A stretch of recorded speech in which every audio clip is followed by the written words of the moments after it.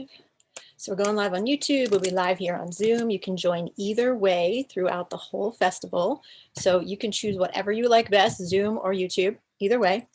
And if you ever can't make it to a live session, then as soon as live on YouTube, we'll be live here on Zoom. You can join either way throughout the whole festival. Close this. Okay, so if you ever can't join a live session, but you really want to see it, it will be immediately available on YouTube after that. And all of the interviews and exercises and workshops and musical performances will be available for 48 hours after they initially air. Okay, so you'll have plenty of time to catch them, even if you can't do the live. But I hope that you will join me live for as many as possible because we have so much fun in this space. And oh my gosh, we're just gonna have so much fun.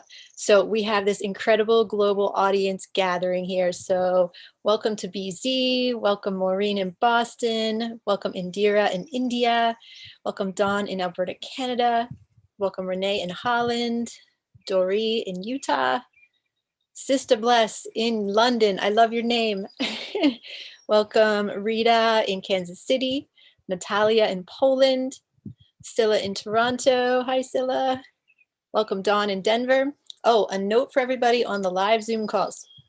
If you're commenting in the chat, please be sure to do the little blue drop down in the chat right above where you type your comment and move it from, it will be on panelists. Click on that and select panelists and attendees. That way everybody will be able to see your comment. If it only says panelists above your comment, then I'm the only one who can see it. Okay, so welcome Jennifer in Utah, Marina in Sweden, amazing, Kath in Scotland, Barbara in North Carolina. I'm in North Carolina. I'm in Asheville, North Carolina right now, and I'm so happy to be here. It is just a beautiful day. So I will do as many of these live calls from outdoors as I possibly can because I love being out here and I want to share all this beauty of the natural world with you guys. Welcome Adrian in Dublin.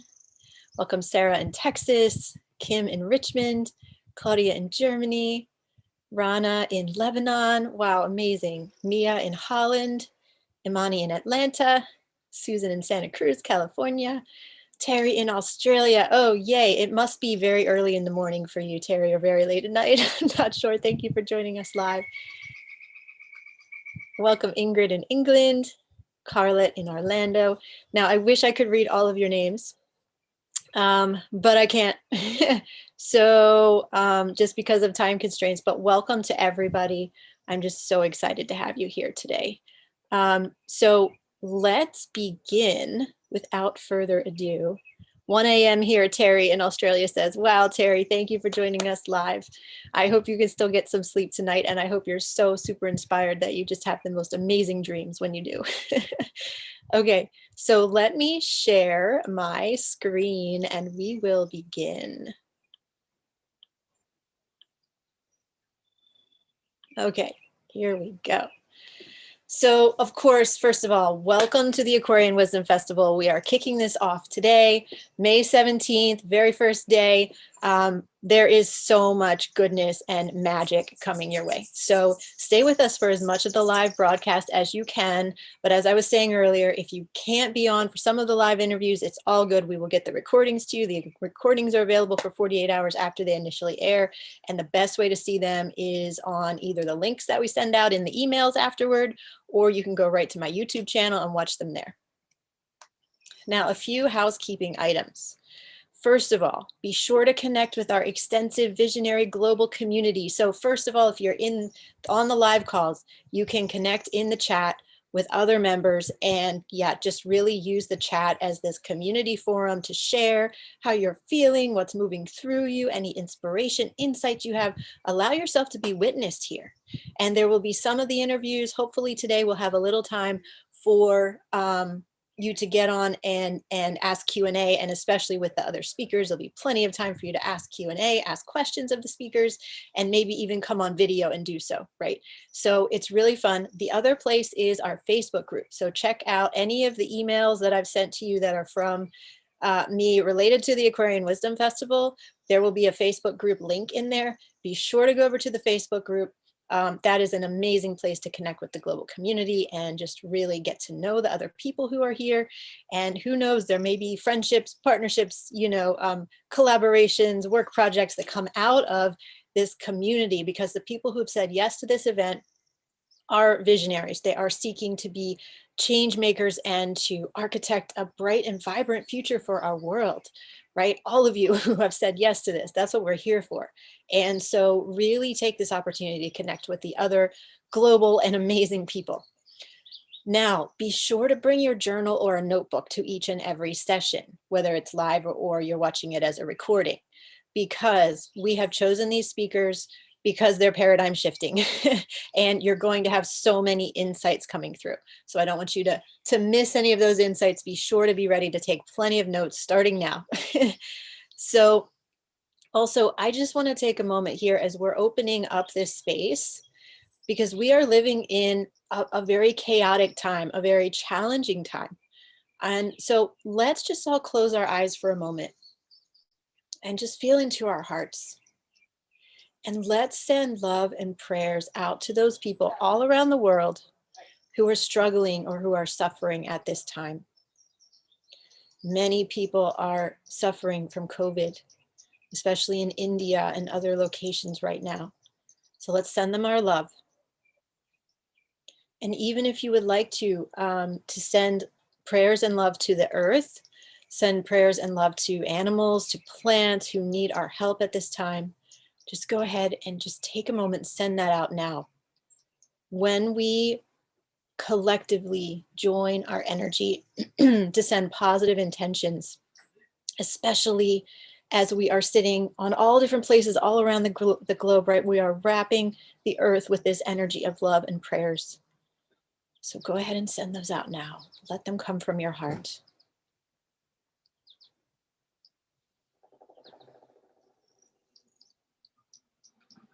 And also, while we're in this deeper heart space, I invite you to think about the land where you are located right now.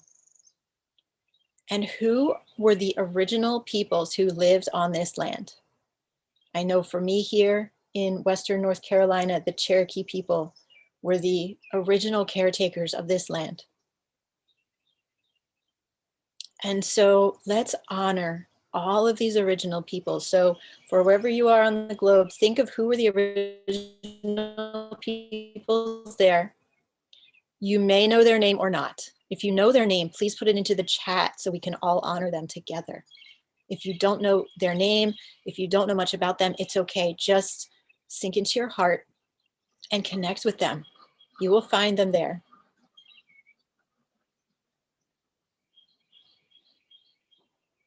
So really honoring the way that those original people cared for the land and upheld the positive energy of that land.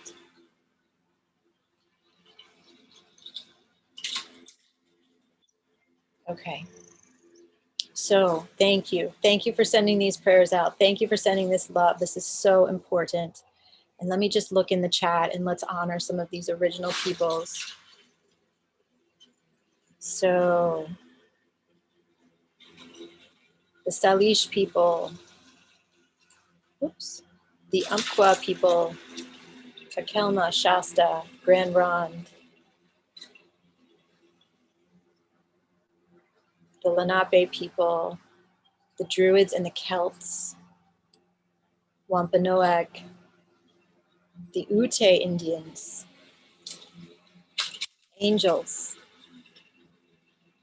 Native American Southwest Pueblo peoples, Lenape, and yes, where I am some of the time in Maryland, it is the Lenape people were there, also the Nanacoke people, and there's one other that starts with an M that I should know. I think it's Matahawk, something to that effect. So I apologize if I'm getting that wrong. Cree people, the Olmecs, the Blackfoot, the Haudenosaunee or Iroquois. Yes, thank you so much for honoring these peoples. The Sami people, Ohlone, Oh, very cool. Greg is offering, here is an SMS bot to find out the indigenous people of your area. Oh, I love that, Greg. Thank you so much for sharing that. Oh, it's amazing. Did not know about that. And the San people in South Africa, beautiful. Okay, so we honor all of those who went before us, who were caretakers of the land before us. May we be inspired to care for the land and to uphold the positive energy in the same way that they did. Aho. Now, a couple of other housekeeping notes here for our festival. So how the live broadcast works is that you can attend via Zoom or via YouTube Live. Now, if you attend via Zoom, that is the way to be able to ask Q&A, okay, through your questions in the chat or through raising your hand and coming on live video. If you attend on YouTube, you will be able to be on live with us. However, I can't guarantee that we'll get to you for the Q&A part of the call because it's hard to be in Zoom and on YouTube Live at the same time monitoring all the comments. So if you want to ask questions, if you want to be, you know, engaging more with the presentation, I do recommend Zoom. Now, if you can't attend live, as I mentioned, all of the live broadcasts will be immediately available on my YouTube channel as soon as they're done. So you can go there and watch them at any time. All interviews are available for the first 48 hours after they initially air. Now, here's something that's really important, and I'm going to put a link in the chat here on Zoom, which is, there is an ION. So this is the Institute of Noetic Sciences survey. Now, this is a survey that is measuring your experience in this festival, and especially measuring transformational factors. Okay, so have you been transformed by this festival is what it's going to be measuring, among other things. It's also to see how we contribute collectively to events like this and other beautiful research that IONS, the Institute of Noetic Sciences, is doing. So if you haven't already done it, go to this survey link. If you're having any technical issues with it, some people have, I recommend that you try it in a different web browser. So if you're in Safari, go try it in Firefox or Internet Explorer, right? Try it in a different web browser if you're having any trouble. And check your email. There's an IONS contact name that we sent out early this morning if you need more assistance. But we really would appreciate you filling out that survey. This is the one at the start of our festival. There will be another one that you can fill out at the end of the festival. And so if you fill out both of them, then IONS can do this research. Yeah, I heard the way it asks for date of birth is very hard to manage. So if that's an issue, if it's taking too long, don't worry about it. You know, you don't have to do it, but the more surveys that we get, of course, the more precise and informative their research can be. So thank you for trying it. Thank you for sticking with it as best you can. Okay, now I am going to open up the screen again here.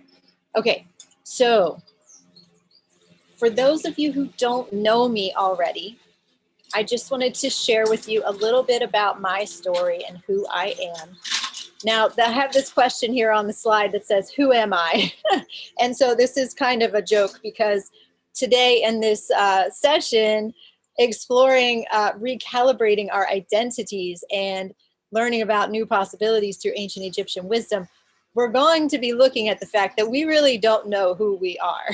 And we really don't have any idea of the vastness of the magic and beauty that we hold within, right? But we're going to be reaching in and examining that today in beautiful ways. So who am I? Well, we really don't know. I don't know. But some ideas that I have, that I know, you know, that seem to be true about me are the things that I will share here today.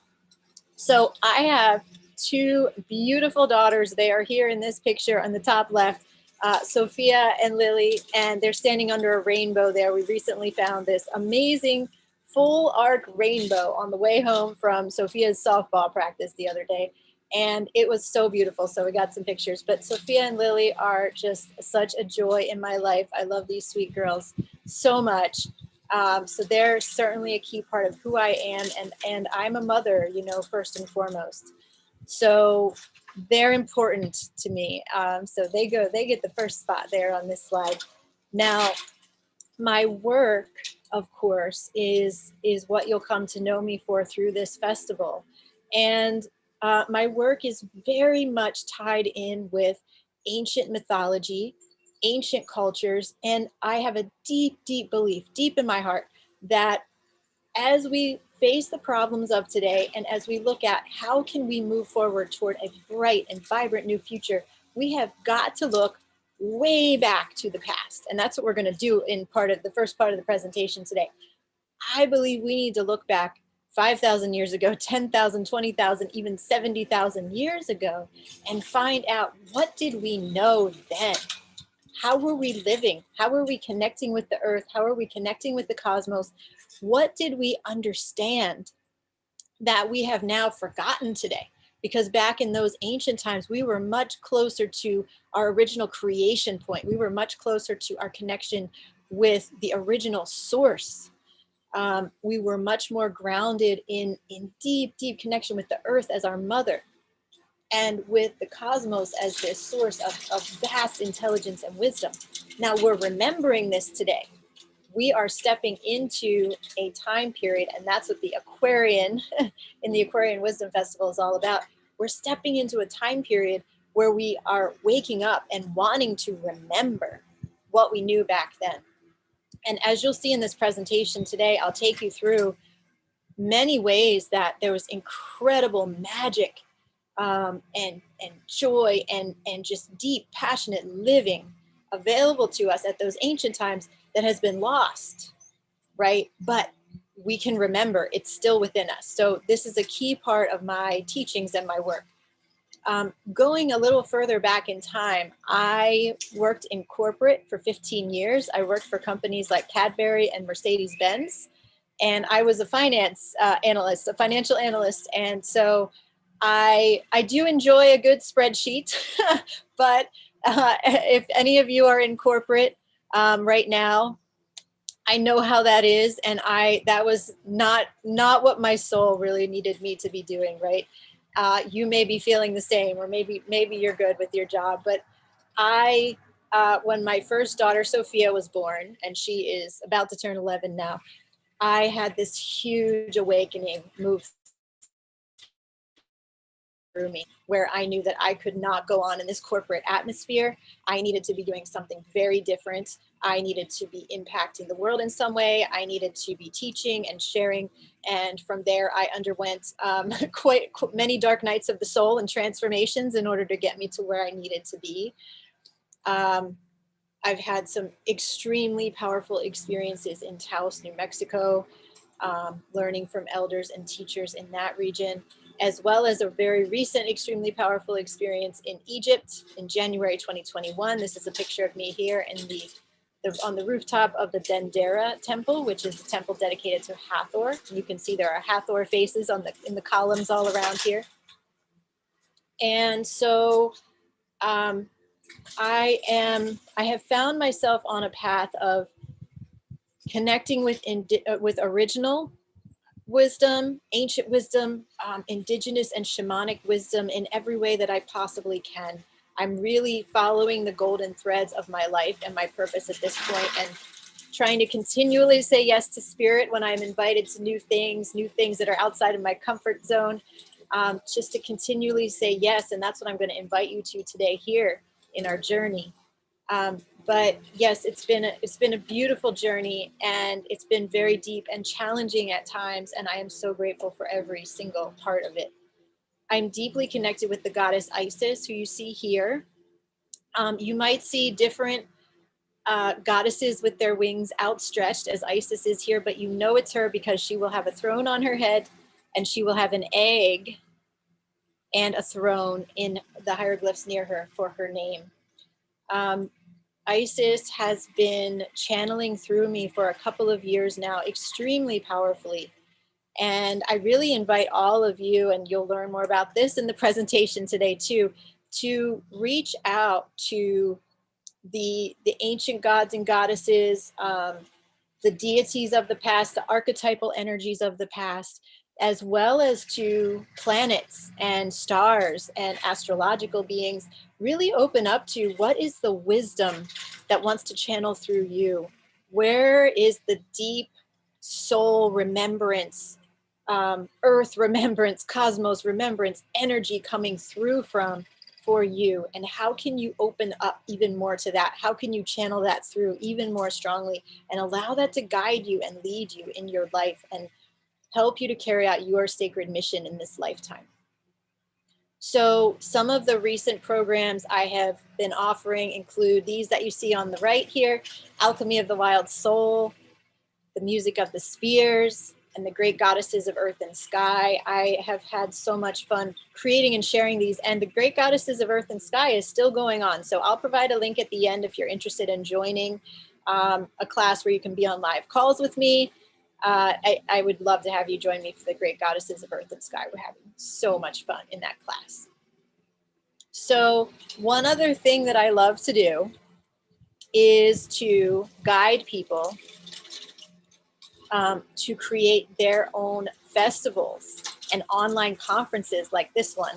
So my business, Sacred Planet, I have been growing my business through creating these kinds of festivals 2 times a year, every single year, and it is so much fun. As you can see from my smile today, I am just so happy to be here with all of you.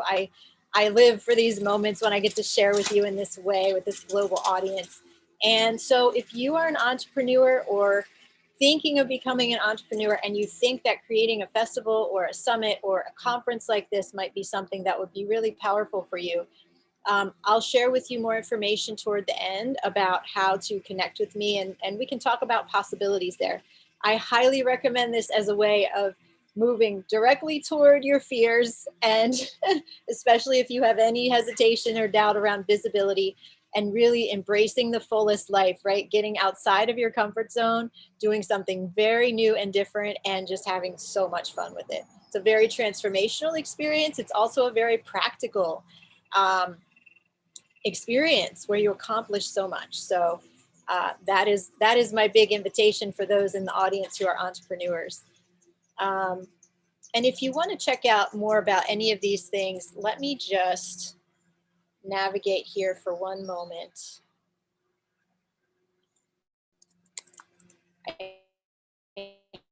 More information on the page where the replay for this will ultimately be posted. I'll put this in the link on the Zoom chat right now. If you scroll down there below the video space on that page, you will see my free gift and you'll see additional opportunities to work with me, which includes those things I just mentioned. But that link will also be provided at the end of this presentation. So let's go back to the slides here, because I have so much to share with you.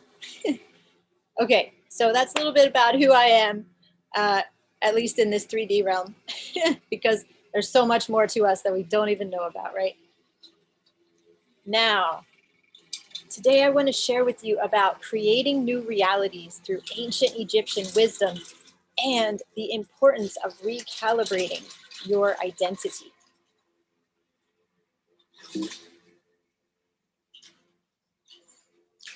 So I talked about, going back to the beginning times, going back to the times when we held the original creation energy. So how long ago was that beginning? Well, we have some time frames that have been named, okay, by the anthropologists, by the scientists, that go back as far as 70,000 BC, because this is about how far back we have artifacts, we have cave paintings, we have tools, we have information, cultural information from the people as far back as 70,000 BC. Now, even before that, going back to even 200,000 BC and even further back, we have skeletons, right, that we have found. We have remains of people. We have remains of, we can tell where people lived and things like that. But it's much more, it's much harder to find very precise information about what was going on before 70,000 BC. So when we think about between 70,000 BC to 12,000 BC, okay, that was called the Paleolithic era. And that was when people were painting on cave walls. They were living mostly in the caves for protection. This was a lot of this time was during ice ages. They were painting animals because the animals were key to their sustenance, to their life, but the animals were also their brothers and sisters, right? Their fellow beings in this challenging world that they lived in. And you can see a little bit more about everything, you know, what people are doing at these times. What we're focusing on here, though, is what's called in this slide arts and crafts. It's really the artifacts, the writings, the hieroglyphs, the temples, the pottery, the paintings, all that we have that still is available to us to study from these ancient cultures. And then so the Mesolithic era is often grouped in with the Neolithic era. So you'll hear me talking today a little bit about the Paleolithic era and even more about the Neolithic era.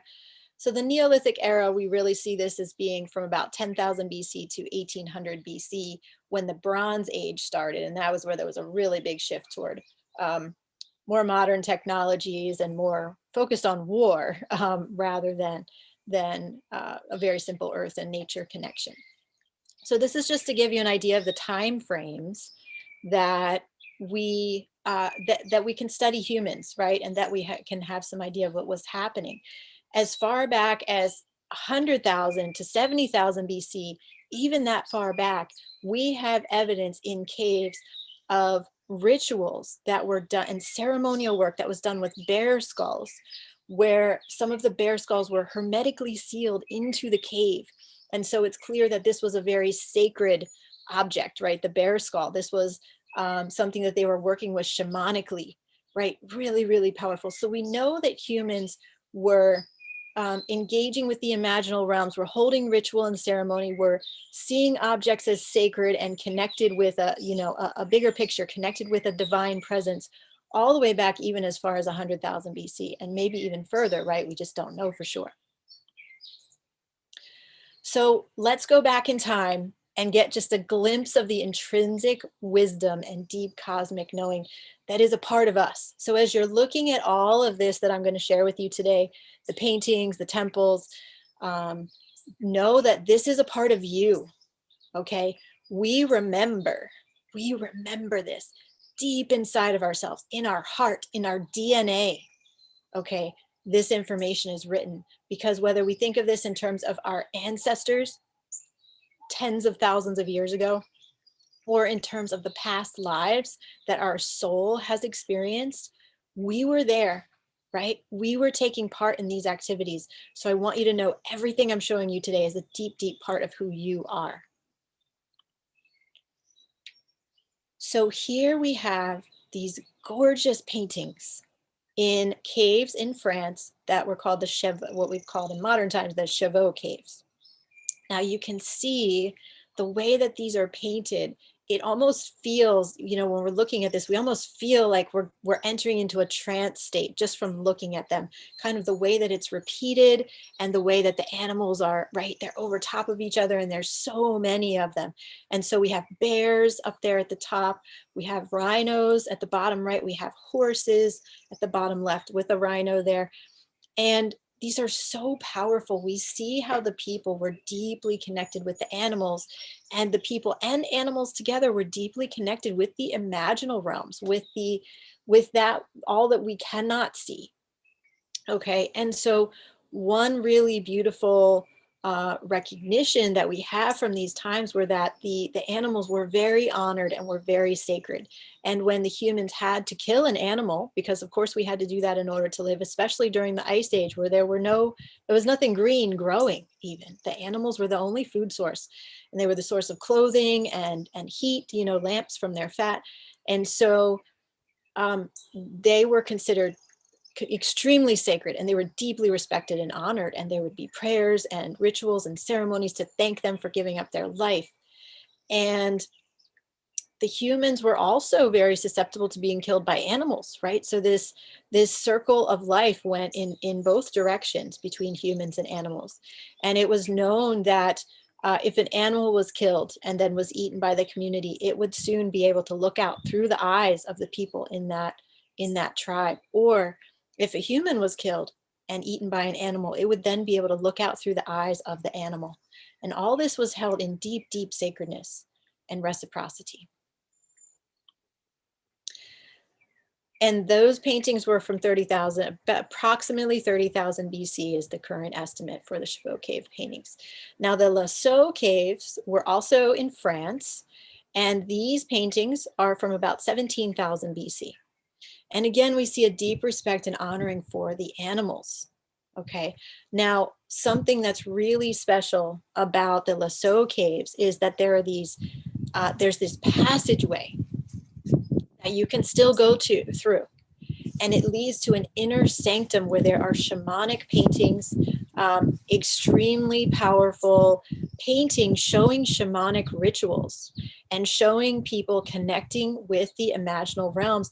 And there's a bird in these shamanic paintings. Now, the bird is the being that can fly between heaven and earth, right? Which is, it can live on the ground, it can live in the waters, it can live way up in the air. And so the people saw that as a messenger, as a visionary, as an oracle that could carry messages between the above and the below. And so we know from these paintings of birds, which I don't have on the screen here today, but if you go through these passageways, you come to this inner sanctum where those paintings are, the shaman with the bird. And we know that those people were journeying, were traveling, were entering a trance state in some way. The passageway that's shown here, it is very treacherous. So this is showing it lit, right? But in ancient times, it would have been completely dark. And you have to shimmy along these very, very narrow ledges, or else you'll fall down to a deeper abyss in the cave. And you have to climb through very, very, like squeeze yourself through very narrow portals in there in order to reach this inner sanctum. So this whole journey to that shamanic inner sanctum was a shamanic journey in and of itself, right? Like an initiatory journey. So if you think about, you know, the ancient people living at these times, going through these caves in darkness to reach the inner sanctum and do their rituals and hold their sacred rites. It's very, very powerful. How ancient this was happening, right? 17,000 BC, and how connected the people were with the imaginal realms, with the unseen world, with the ancestors, with the spirits of the animals. Really, really powerful. So remember, this is our original knowing. This is what was originally part of us. Now here we have two images that are very well known today, but I wanted to be sure to share them with you. And these were some of the original sculptures or carvings honoring the goddess. Now, the goddess is, yes, she is the divine feminine. She is the one who births all things, deeply connected with the earth, of course, right? Because the earth is this amazing being that gives life to all plants, all animals, including us. But these two are very, very early depictions of the goddess, the source of all life. And so we have on the left the Venus of Willendorf. These were both found in France as well. She is from 19,000 BC. Now she is only 5 3/4 inches tall, but you can see from her stature, she appears to be much larger and she takes up a lot of space. And these images are so beautiful because they honor the voluptuousness of the woman, right? With the very round belly, the pregnant belly was so sacred because this was what would bring new life. This is what would bring new babies. And of course, the nurturing breasts, right? And the strong thighs and just such a strong body, a strong being, this goddess. Now, the Venus of Willendorf has on her head 7 rows of a netting design. We see this netting design very frequently across practically every culture in ancient times, and it is representing the web of life, like Indra's net, if you know that term. That matrix, that spider web, or the golden threads that connect all of us. And then we have here on the right, the Venus of Lasso. She is from about 23,000 BC. And again, we see very voluptuous stomach and breasts and thighs, honoring the goddess who creates all things, who births all things, the womb of all things. And she's holding in her hand a horn, a bull's horn or a cow's horn. Now, this horn represents a few different things. First of all, it represents the crescent moon. So the bull's horn in ancient times was very connected with the crescent moon. And the moon, of course, is tied to the women's menstrual cycle. The moon has the moon cycles have 28 days. Women's menstrual cycles generally have 28 days. So again, this is referring to the fertility and the birthing of all life forms. Also, on that horn, there are 13 notches. So in 1 year, there are 13 moon cycles, and in 1 year, a woman will have 13 menstrual cycles. So we see that connection between the goddess, the feminine, and the moon, and the bull and the cow. Really powerful. We see this again and again in ancient Egypt and ancient Turkey and ancient Greece, the connection with the goddess and the bull and the moon. Moving forward a little bit more, here is the goddess of Chateau Harouk. Now this is from modern day Turkey. In ancient times, we call it Anatolia. And these are from about 6000 BC. Now in Chateau Harouk, this was a matriarchal culture where these goddess statues were found everywhere. They're buried in the ground under the houses. They're in the community gathering places, even in the grain bins, in the big bins where the grain was kept to make bread, because people were settling in permanent settlements by this time. So they were cultivating grains and making breads and things like this. In the grain bins, there are many, many, many of these goddess statues, because again, she's bringing life, she's bringing fertility to the people. We need her support to keep the grain growing. And so she is sitting on a throne, this goddess, and again, very voluptuous in every way. And she has one hand on each side on the top of a lion. Now the lion is an animal that is deeply interconnected with the ancient goddess as well. And here is an incredible sculpture of two leopards. This is also in Chateau Harouk. There was a leopard shrine in this place. And this is an image of two leopards with their heads together. It's like their third eyes are together. And they have these spots on them, which are actually a floral design. So this is just absolutely incredible. The way that the people were continuing to honor the animals, right? And honor the sacredness of all things, the connection of these two leopards with one another. It's palpable, right? If you look at that both of their tails are straight up and their heads are together. It's really incredible.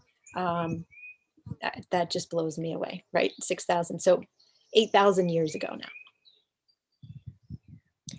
And then continuing to look at these ancient goddess cultures, the birds were very important in relation to the goddess, as I explained a bit earlier, because the god was the emissary, the bird was the emissary between the above and below, between the divine and the earthly realms. And so the goddess was depicted as a bird, or here we see her as a bee, in many of these ancient cultures. And then the goddesses that we know today, this here up in the top right is the goddess Ma'at from ancient Egypt. Many of the goddesses have wings still today, right? And this is Inanna from ancient Mesopotamia, with her wings and flanked by owls. You know, if we think of the goddess Athena, always with an owl, the birds and the goddess are deeply, deeply interconnected.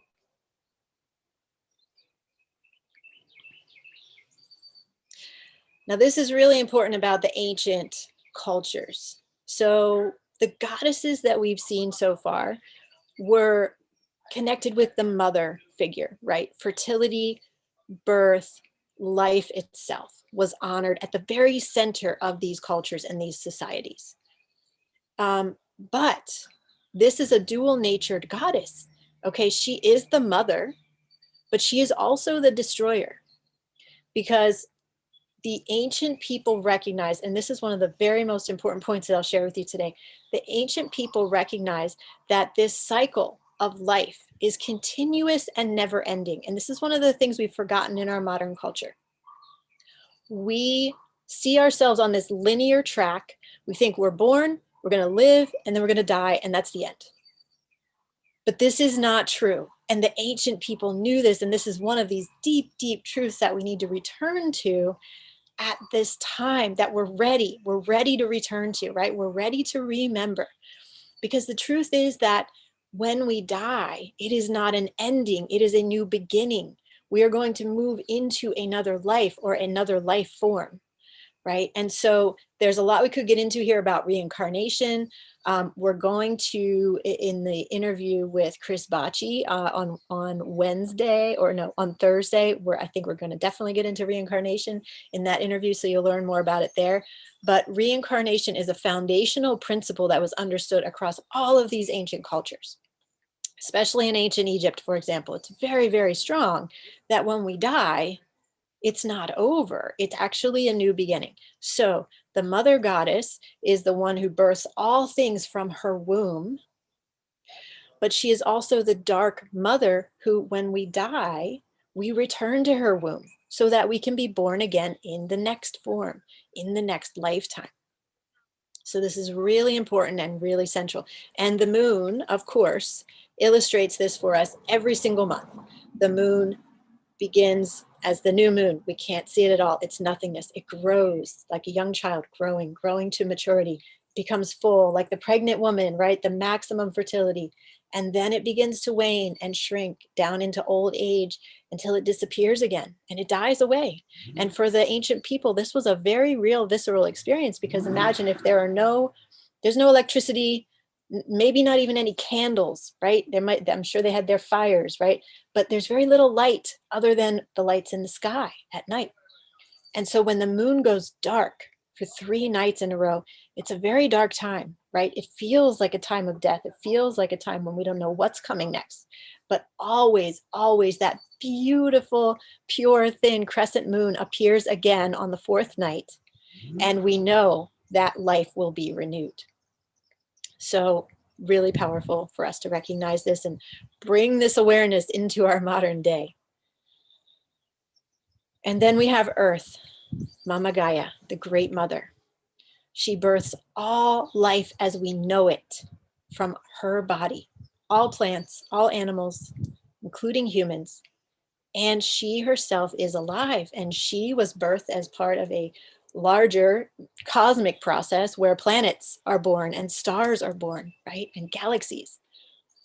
And so here's something the ancients knew too, that we really, I think most of us know this and recognize this, but we need to really fully integrate this into our beings at this time, is that the stars are alive. The rivers and mountains are alive. The planets and galaxies are alive.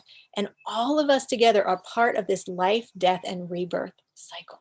We're all in this together. Again, the net, remember the net on the Venus of Willendorf on her head, the 7-layered net, 7 being an incredibly important number in ancient times.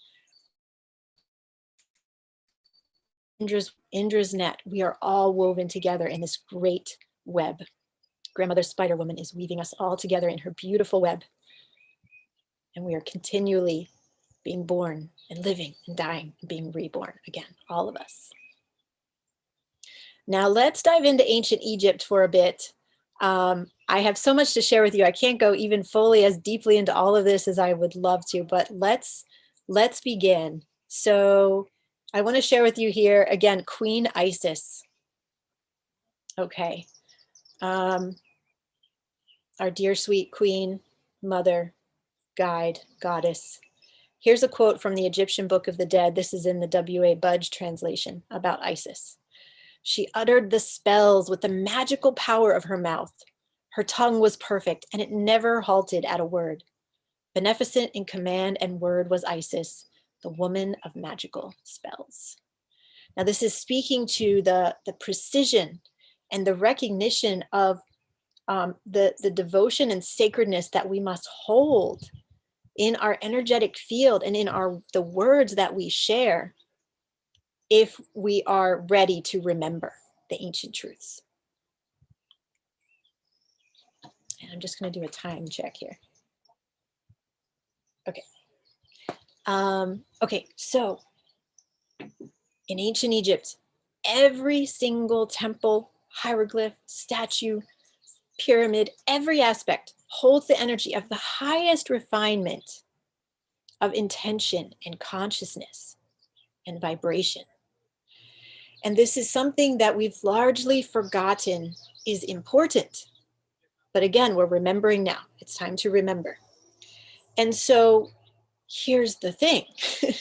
When we create in alignment with the highest frequency, we create magical and miraculous results, such as a civilization, ancient Egypt, that lasted for over 4,000 years, may have been much more like 10,000 years based on new evidence that we're finding, in relative peace and harmony, without significant wars, even until the very end, without significant conflict, because they were in this magical, very high frequency space. Every temple and pyramid in ancient Egypt is aligned with the specific stars and constellations, as well as with the solstices and equinoxes to amplify its power. Okay, so they were aligned with certain stars, particularly the circumpolar stars, like the stars of the Big Dipper or Ursa Major, which are always present in the nighttime sky. So they were seen as the immortal ones, right? So much of ancient Egypt is focused on these immortal stars, because they knew that this life-death cycle is endless. And truly, we are immortal. Our souls are immortal. We are never dying. We are just moving on to a new form. Now, all of this required a deep knowledge of astrology and astronomy in a way that's much more connected with the divine and with the imaginal and the unseen realms than how we use these tools today. But again, we are remembering. Here's a quote from Norma D. Ellis in her book, Hieroglyphic Words of Power. The vibrations of the words in the ancient temples were so important that the lector priests, who may have sung the incantations to the divine thousands of times in the temple, were required to carry the sacred scroll of hymns and to read from it exactly. So precision and devotion and the highest refinement was absolutely necessary to the ancient Egyptians. So this is really an important clue for us. This is something that they knew that we've forgotten, we've fallen off that bandwagon. But as we're remembering, we can bring this back in. How can we live our lives in the highest refinement and devotion? How can we create our work? How can we raise our children, choose what to eat each day with the highest refinement, right? Beginning to bring this back in different levels in our lives. Now, this is an image of the pyramid text inside the Pyramid of Unas at Saqqara. And this is an extremely magical text. It includes ancient spells. Yes, words that were spells. And this is part of the ancient Egyptian tradition of Heka, which is using our words to shift the vibration of what's going on around us. So the ancient Egyptians knew that all understanding is a vast interweaving between the related words and images and our senses, which we use to interpret them. And we have far more senses than just the 5 we commonly recognize today, 5 or 6, right? So we know about the 6th sense. Some say that the ancient Egyptians actually had 360 senses that they were aware of.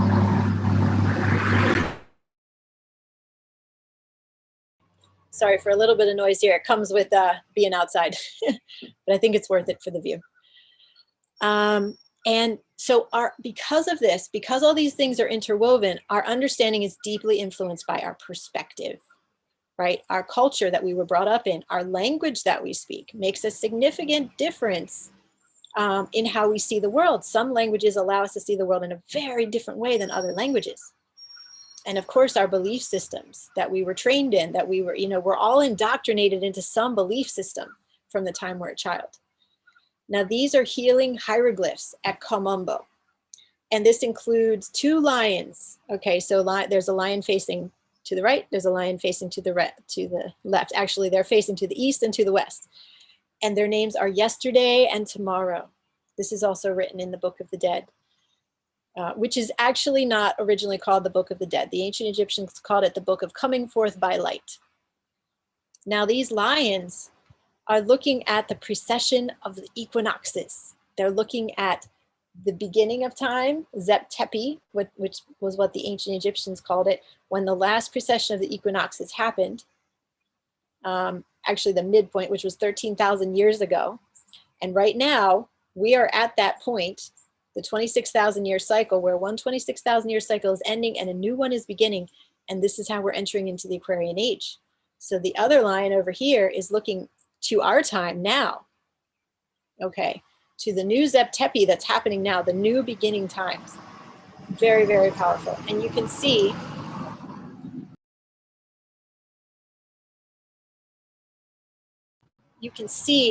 there are, so here as well, we have Horus with multiple wings. We have these lions, sphinxes with multiple wings, reflecting the many different layers of dimensional reality available to us.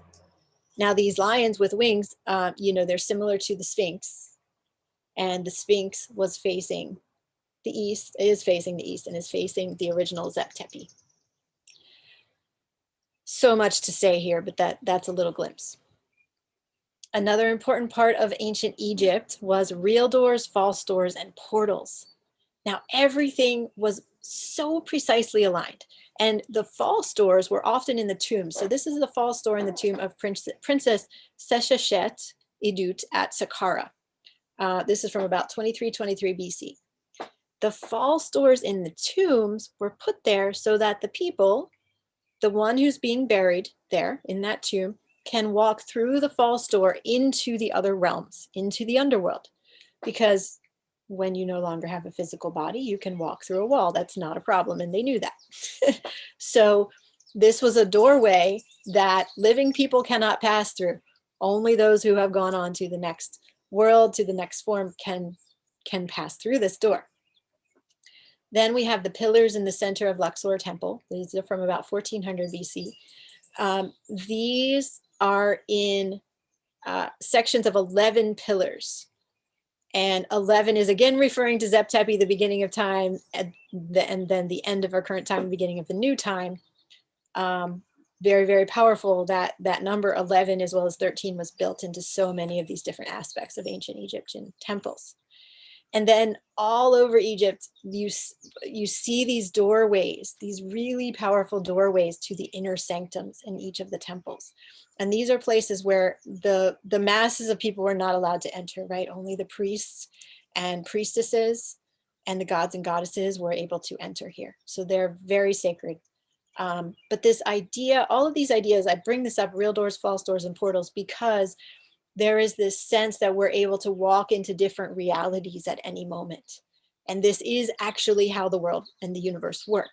But again, it's something we've forgotten. But these other realities are right here. Like it says, I could touch it as close as I can touch my nose. It's just that there's a veil hiding those other realms. So this is something that the Egyptians knew as well. So here's a beautiful picture of the Great Pyramids of Giza at sunset. Amazing, right?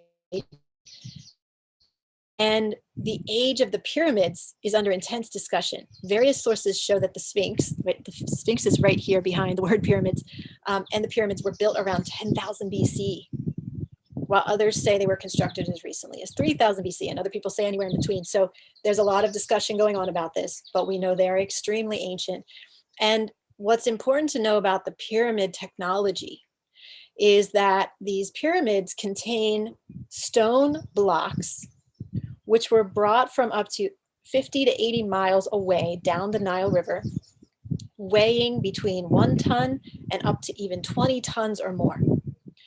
So all that we know today is that there's no way we can actually explain how they moved these blocks with the tools that they had at the time. And so we know something more was going on, right? Some deeper connection with the divine, with the mechanics of the universe, with the sacred architecture. So they were able to move these blocks in ways that we can't even imagine today. And we don't yet know what that is. It's one of the mysteries, but it's something that as we open up our awareness more, we'll be able to learn more about that. Now there's so much more here. I'm going to skip through a little bit. I will give you the slides after.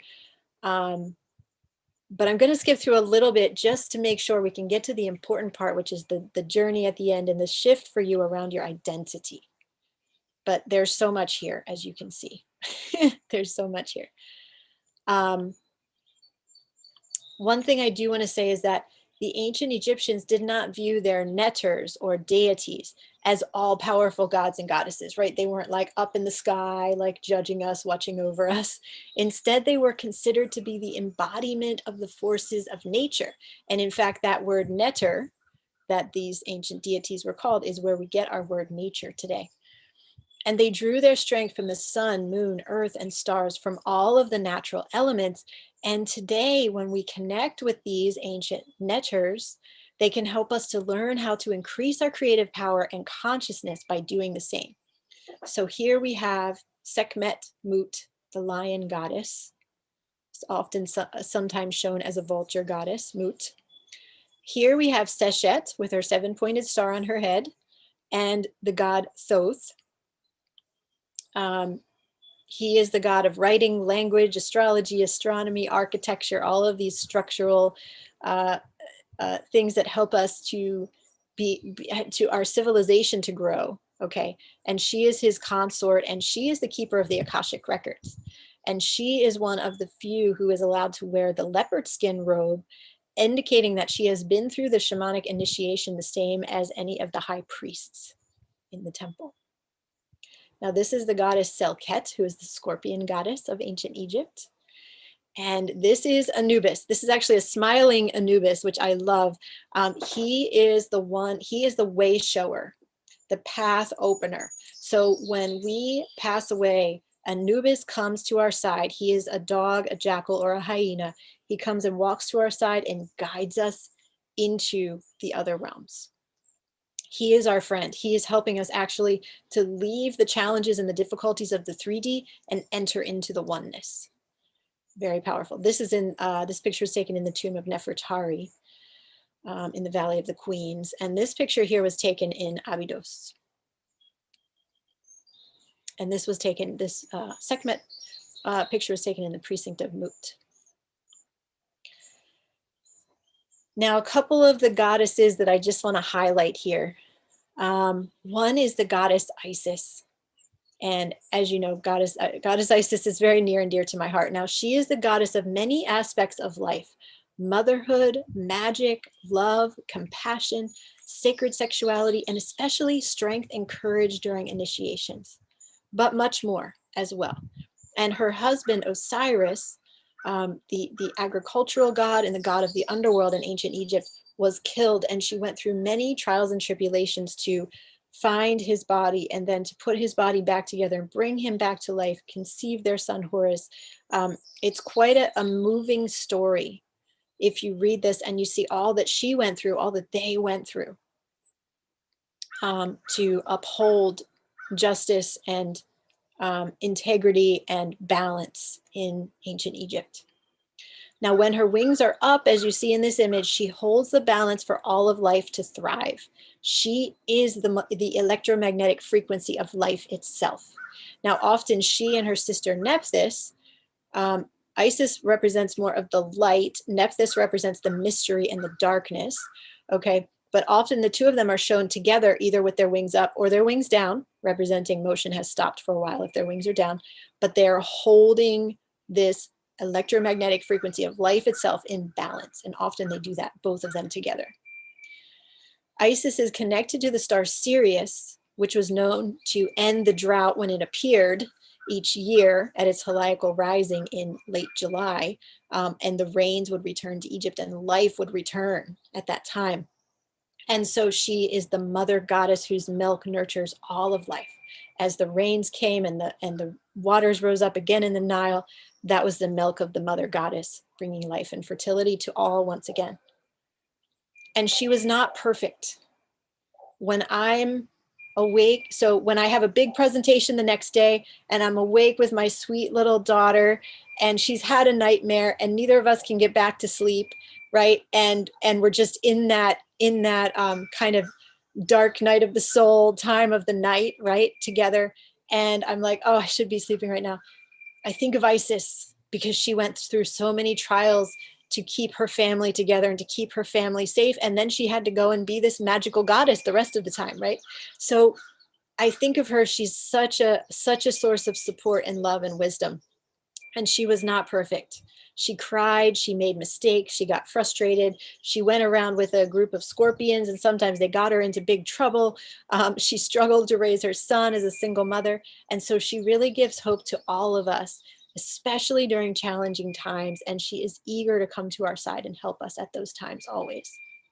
And her key symbols in the hieroglyphs, as I mentioned earlier, are the throne and the cosmic egg. Now she has the cosmic egg right here underneath the serpent image, because she is the womb, she is the mother, she births all things from her womb.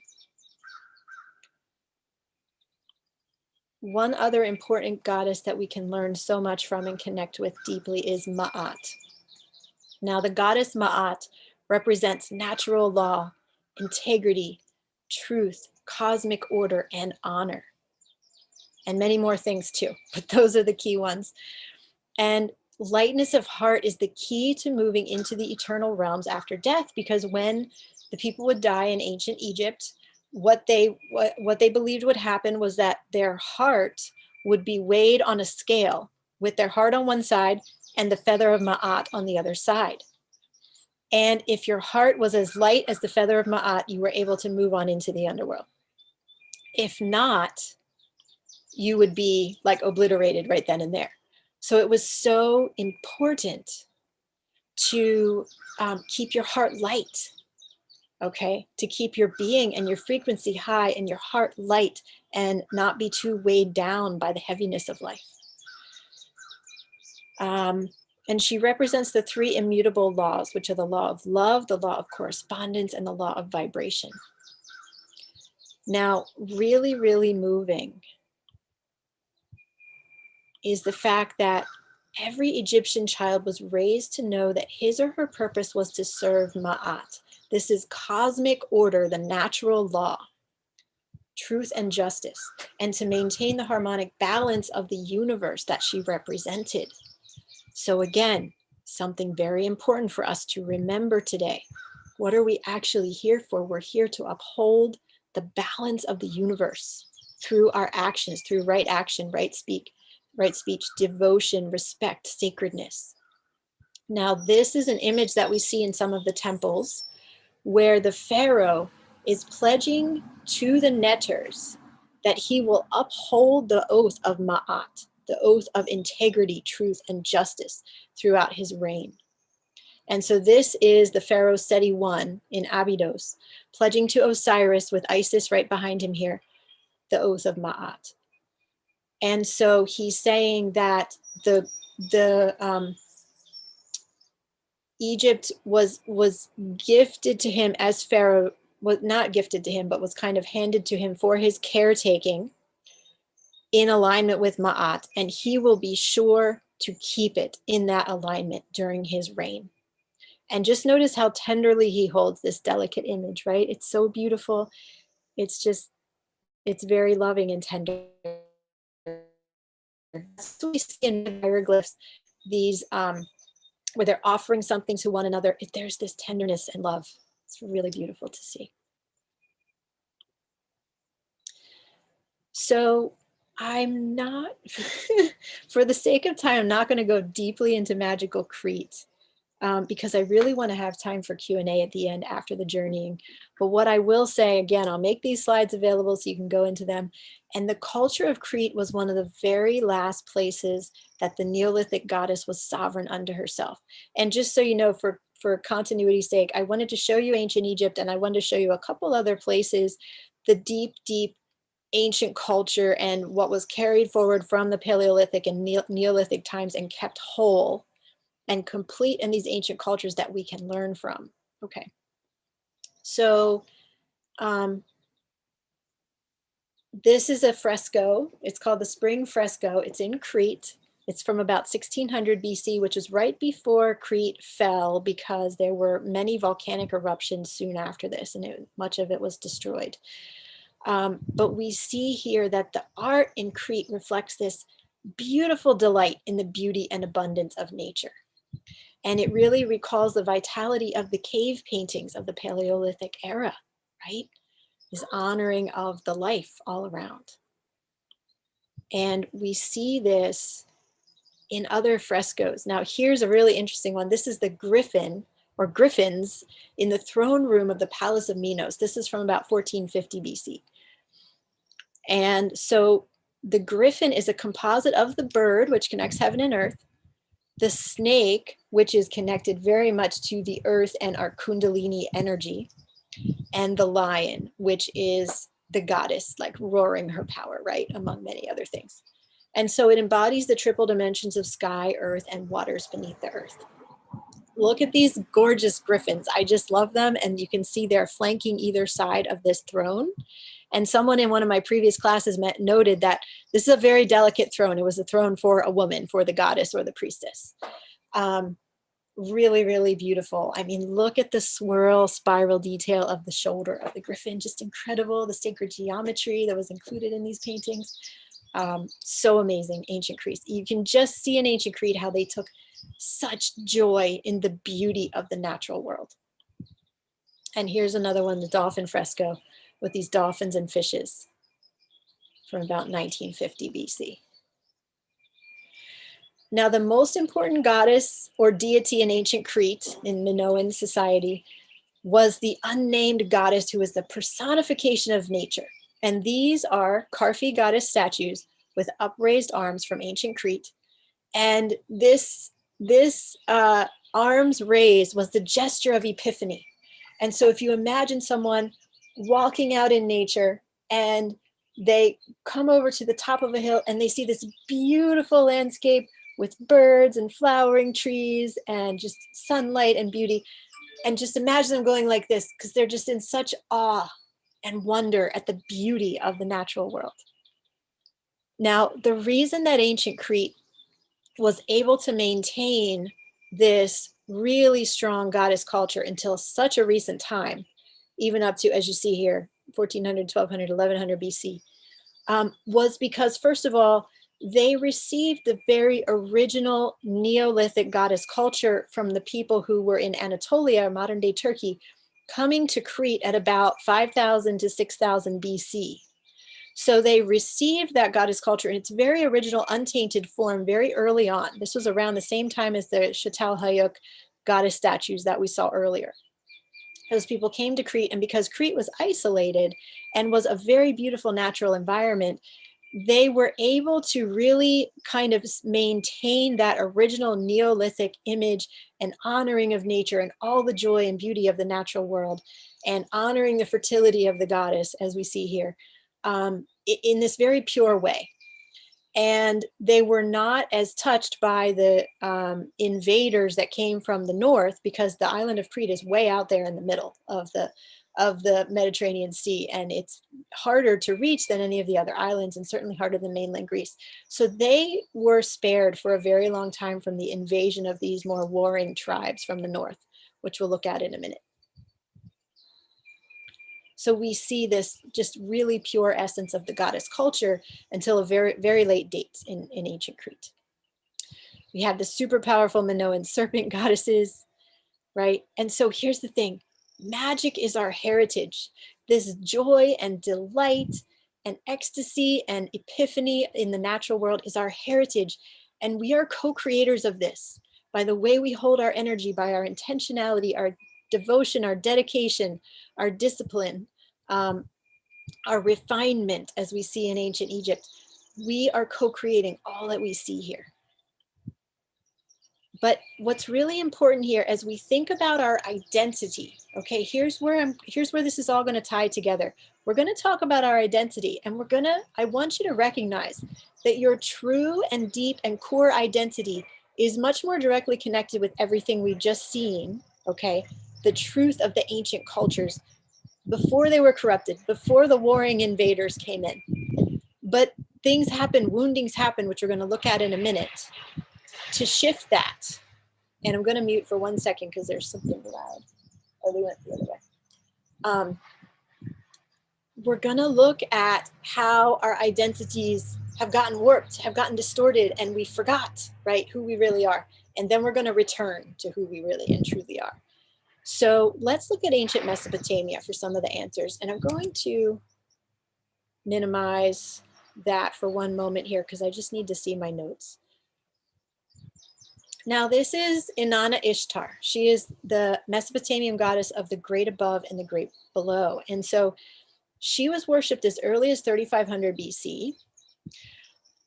And she was called Inanna in southern Sumeria and called Ishtar in northern Sumeria. Now, she was one of the three great mother goddesses of the Bronze Age, which spanned from 2000 to 2000 BC to 800 BC. The other two being Isis of Egypt, who we met, and Cybele of Anatolia, that's Turkey, which we didn't look at in detail today. Now, it's important to note that it was during the time frame of Inanna, who the goddess that we see here, that we begin to see the rise of the patriarchy. Now, I need to note, really important here, the patriarchy does not mean we're against the masculine or we're against men, okay? But this was a shift from the original matriarchal mother goddess cultures where life was placed at the center and as the central importance of all the community, okay? And upholding life was the primary goal and focus. When we see the beginning of the patriarchy take over, we see people wanting to be in power, right? Usually these were men at that time wanting more of the power. Part of that is because the women and the goddess were so powerful because they held the ability to birth all of life, okay? And so we start to see a shift where war becomes more prevalent, fighting, ego-driven pursuits rather than just upholding life. And this is the shift that got started all the way back, okay, as far back as 3000 BC, 2000 BC, this was beginning to be set into motion. Now, I'll show you the next slide here. This is another Inanna Ishtar with wings. Now, this is a very, very old carving. This is her original state of being, okay? And what we see with these goddesses like Inanna Ishtar, Isis, Cybele, and others is that if we look back at 3000 BC or 4000 BC, they're shown in this kind of a way, like very nature connected, very peaceful, very mother goddess oriented.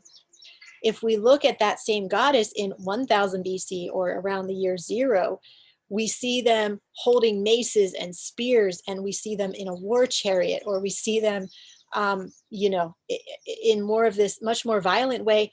And this is because the people had to start calling upon their ancient goddesses to help them survive, the wars that were coming through. Because what happened around this time was that Sumeria and Turkey and Greece were being invaded by the Indo-European or Aryan tribes from the north. And they came in from the north, they swept through in war raids, introducing the horse-drawn war chariot, introducing the devastating power of the mounted warrior, and much more weaponized kind of tools, right? Like spears and maces and these kinds of things. And after this initial devastation moved through, which is around between 3000 BC, the two cultures merged, the goddess culture merged with the warring culture, and a new cosmology arose that combined elements of both. What we begin to see, so you saw how in the earlier times, how the goddess was honored and revered as the source of life itself. But what happens over time, this is from about 1800 BC, this image here. In the Sumerian myth of creation, Namu, who was the great serpent goddess of the abyss, so the mother goddess who gave life to all things. As the cosmic waters, she gave birth to the cosmic mountain. But over time, her powers were turned over to the male deity Enki, who we see down here in this cylinder seal, who was then designated by the theologians as the son of Namu. Okay, so all of a sudden he rises in power. Previously, he had been her consort. Now he becomes her son and he begins to be able to step in and take her place. And so later on, as time goes forward, Enki becomes one of the principal gods of Sumeria. And we see more images like this. So he has taken over, see the waters around him? He has taken over the cosmic waters that the great serpent goddess Namu used to command. And we see this shift of the power being given from the goddess to the gods, from the feminine to the masculine. We see more and more images like this of kneeling nude heroes, for example. You can see that they've been at war, they're back from war with their exploits and their victory. This is the same shift was happening in ancient Egypt at that time too. This is in that whole region of Turkey, the Mediterranean region, Egypt, all of it.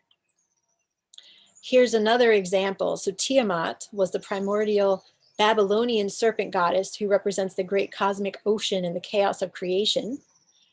And this is just an image of the great cosmic ocean, the great serpent. In ancient times, it was believed that there was this great serpent that held all the waters that wrapped around the earth. And this is where the rains and the snows came from that give life to the earth. And then we have the cosmic egg at the center here with the DNA. See the DNA wrapping around the cosmic egg. But then we have the god Marduk defeating Tiamat around 900 BC. See, he's running, he's stepping on top of her. And it's like absurd, right? That a god could defeat the great cosmic ocean and the chaos of all creation. It's like laughable if we think about it, but this is how the cosmologies and the stories were changed. And as I mentioned, we see this in ancient Egypt as well. Here's an example in ancient Egypt. So these hieroglyphs on the right are much older, 2000 BC or older. And both of these are in Abydos, okay? But the ones on the right, you can see that the negative space was carved out, leaving this very refined, very detailed, delicate, beautiful hieroglyphic structure. But what happened was, when this masculine takeover began, right, the patriarchal takeover, and it's not the sacred masculine taking over, right? We honor the sacred masculine. The sacred masculine and sacred feminine have been in balance for tens of thousands of years, in beautiful reciprocal balance together. But the distorted masculine, the ego-driven masculine is coming in, forming more and more of a patriarchy. And so we see, this was around 500 BC or newer, these very crudely carved hieroglyphs were actually carved in over top of the old beautiful ones. And you can see how roughly these are done. These have nowhere near the same level of devotion and refinement as these older ones. So we see this happening all around, right? This shift from heart to ego, from matriarchal goddess culture to patriarchal war culture, from the feminine to the distorted masculine. And what happened from there was that over time, the greatest mysteries, so this wisdom that we've been talking about life, death, and rebirth, right? Sacred sexuality and immortality had to go into hiding and be suppressed. And eventually, many of those still carrying the truth were burned, killed, tortured, destroyed.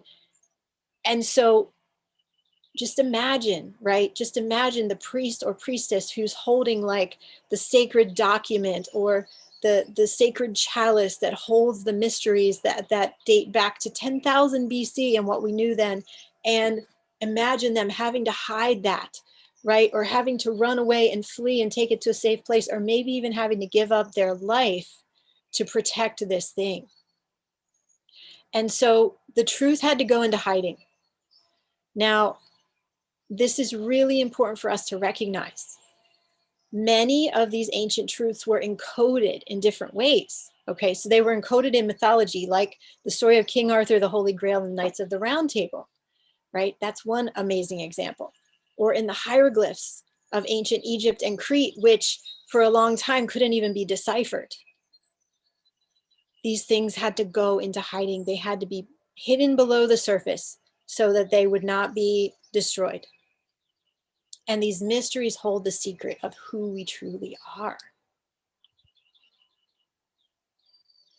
So here's just a few examples of what has been lost or hidden that we know of. And there's surely so much more that we don't even know of from the anthropological evidence. Okay, so the Eleusinian mysteries. So this was a mystery school in Greece where the people would go into this ceremony and they would drink a plant medicine of some sort. We don't know for sure. There's a lot of speculation about what plant it was, but they would drink this plant medicine and they would go into an altered state and they would be shown what happens when we die.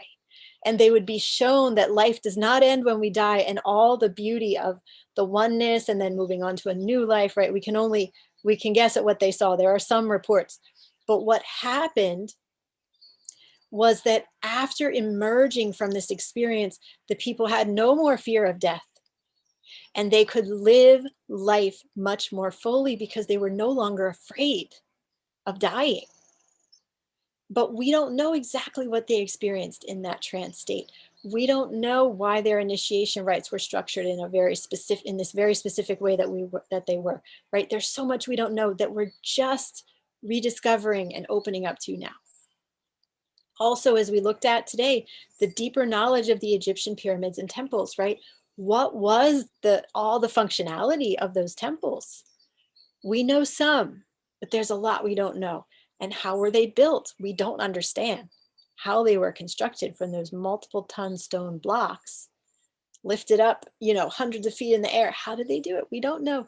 And what energies did those temples contain?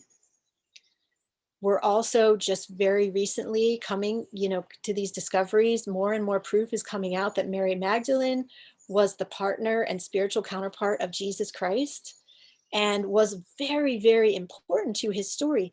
But the whole history of her was hidden and shamed, and she was, branded as a prostitute and as this like lower kind of being. It's incredible how the stories have been changed over time, right, to hide the truth. There's also the Soma mysteries of the ancient Hindu traditions, which may have involved a plant medicine, but we don't know for sure. And then our sacred sexuality, which was honored and practiced with deep, deep sacredness and respect in virtually every ancient culture. But our sexuality has now been shamed. It's been called evil by our religions. And so these things that were lost and hidden, and of course, there's many, many more, some we know of and some we don't. This is what is waking back up in us at this time. So as you lean into what is my identity, we're going to talk more about this in a minute. Who am I really? Remember all of this, all that's been hidden and pushed down, all that your ancestors and your past versions of yourself were told was bad and evil and must be pushed down and suppressed and hidden. All of this mystery and magic is a part of you as well, even though we've so largely forgotten it. So what does this mean for us today? So we've internalized this suppression of the mystery, of the truths, of our true and deep magic to a very great degree on an individual level as well as a collective level, because it was critical in order for us to survive.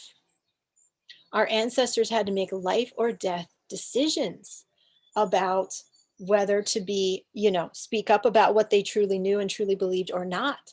And today we're the product of that suppression.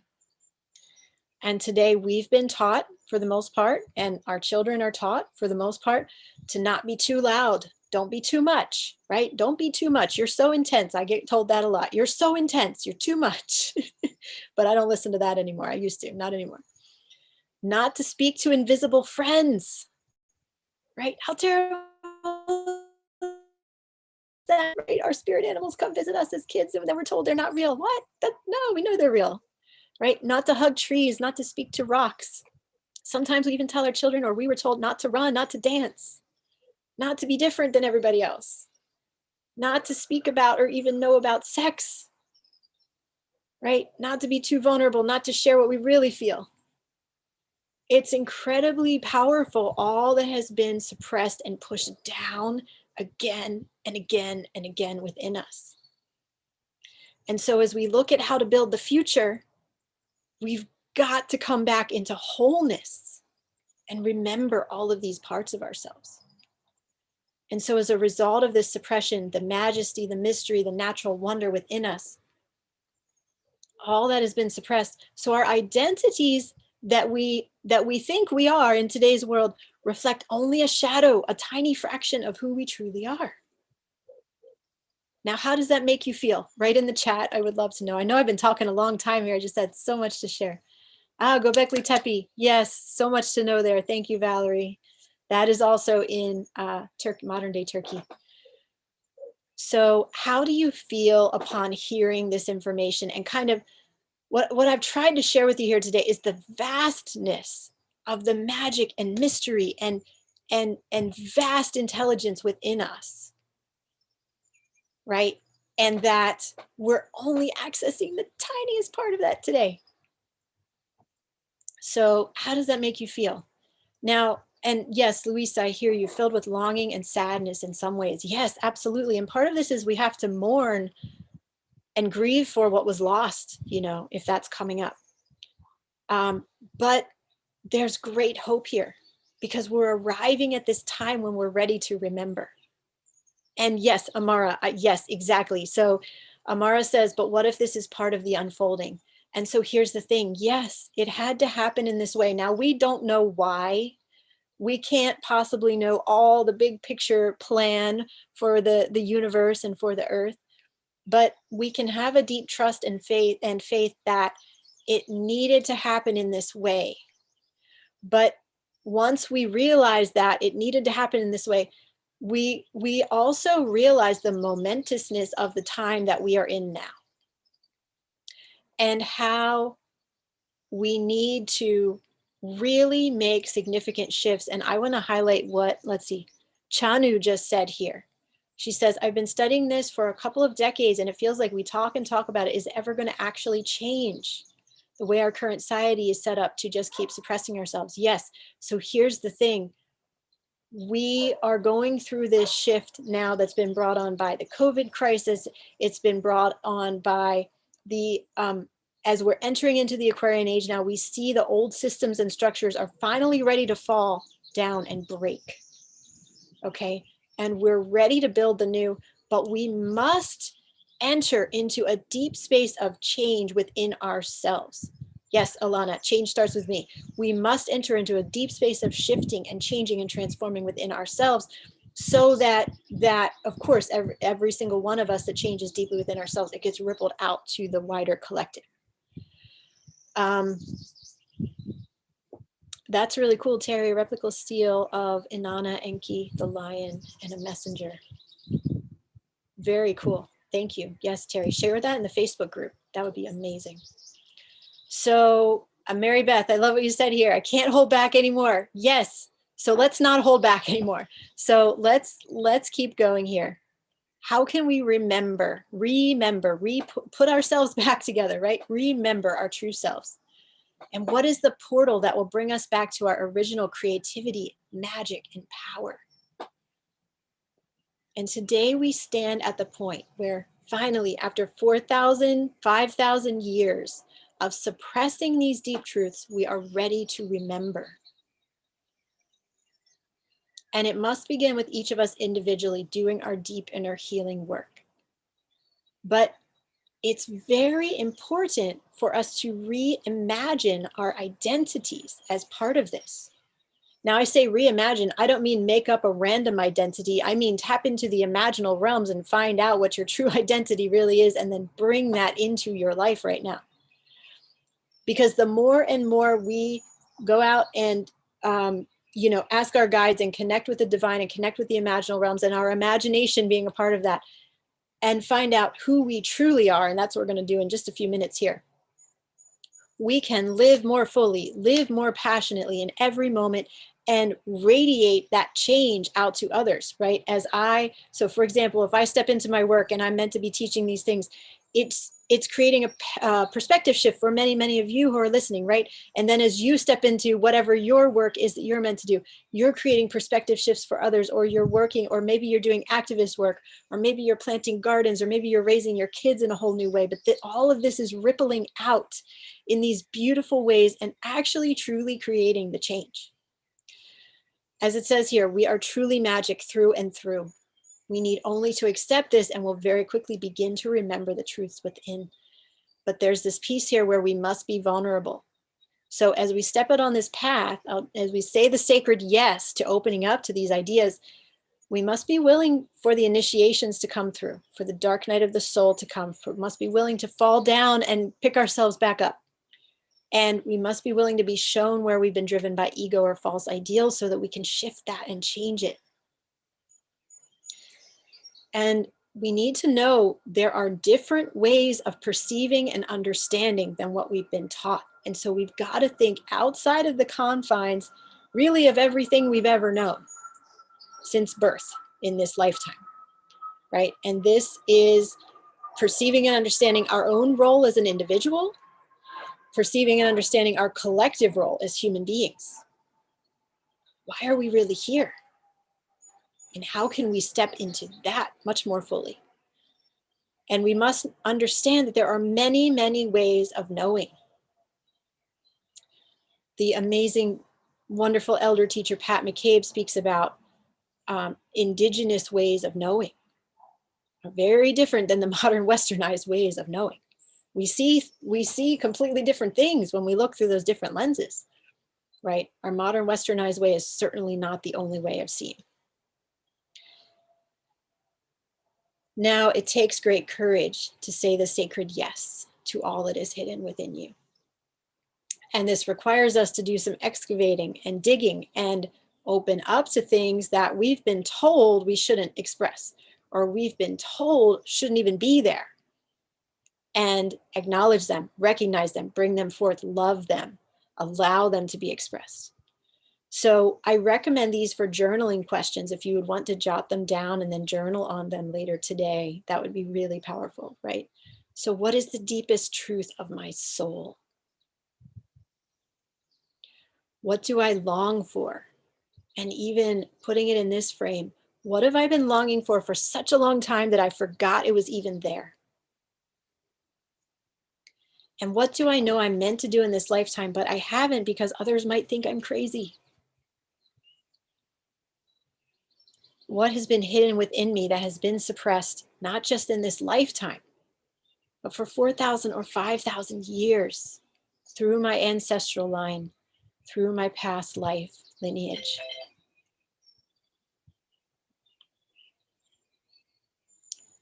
Now, on our path of remembering, our ancestors left us many clues. Every sacred site, every ancient poem, the cosmologies of the ancient peoples, every pyramid, every hieroglyph, these are all waiting as hidden clues, holding on to the secrets until we're ready. Waiting for us to say yes to remembering so they can guide us back to the truth, back into the mystery. Here are some of the ancient Egyptian netters. Again, we have Sekhmet and Isis and Ma'at. And these ancient deities, these ancient archetypes are rising up. They're beginning to speak through us once again, louder and louder, right? So if you've had energy come through, your voices speaking through you, channeling, it's these ancient energies. They want to guide us, inspire us.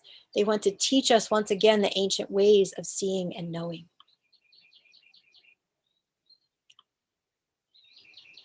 Okay, sorry, we got to the end quickly. So what I want to do is guide you in a journey. Okay, so this is a meditation, or it could be called a guided shamanic journey. Now, I don't want anybody to be scared or put off by that idea of a guided shamanic journey. If you don't know what shamanic journeying is, I'm going to explain it. So in a shamanic journey, I'm going to I'm trying to get to it here. I'm going to give you a couple options to either listen to a drum beat or listen to music. Now, this is meditation music that's very purposefully attuned to this kind of meditative work. So in the chat, I'm going to put here a drum beat and also meditation music by Celestial. And let me try to just get over to YouTube and put these in the chat. I don't know if I can. If I possibly can, I will. Let's see. Videos.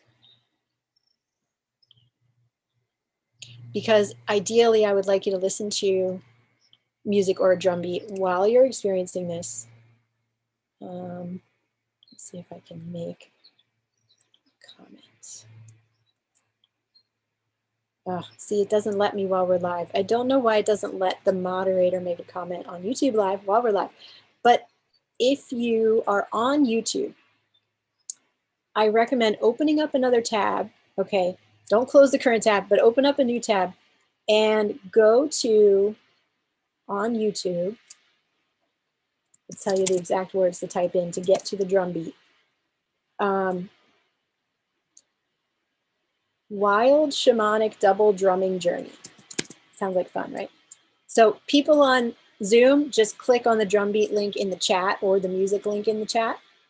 But people on YouTube Live, Google or search in YouTube for Wild Shamanic Double Drumming Journey and you'll get the drumbeat. Okay, so, and in case anybody missed it, oops. Here is the drumbeat link. Again, I'm gonna just put this in the chat once again for everybody. Okay, now in shamanic journeying, what we do is we listen to music or a drumbeat and we drop our awareness down out of the mind, thinking mind space, into the heart and into the core of our being. And we let the music or the drumbeat just carry our awareness away.